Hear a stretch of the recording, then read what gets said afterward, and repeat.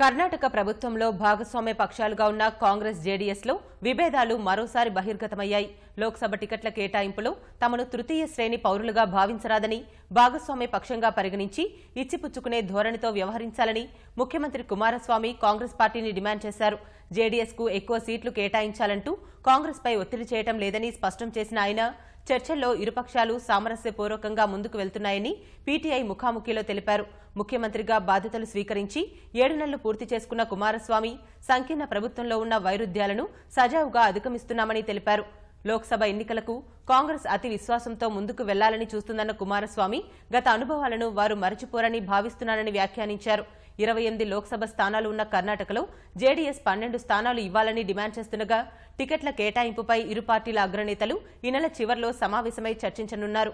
రోజురోజుకు ప్రధాని మోదీ ప్రభ తగ్గుతోందన్న కుమారస్వామి, ప్రధాని అభ్యర్థిగా రాహుల్ గాంధీని ఎన్నుకోవడానికి భాజపా ఇతర పార్టీల మధ్య ఏకాభిప్రాయం లేదని పేర్కొన్నారు.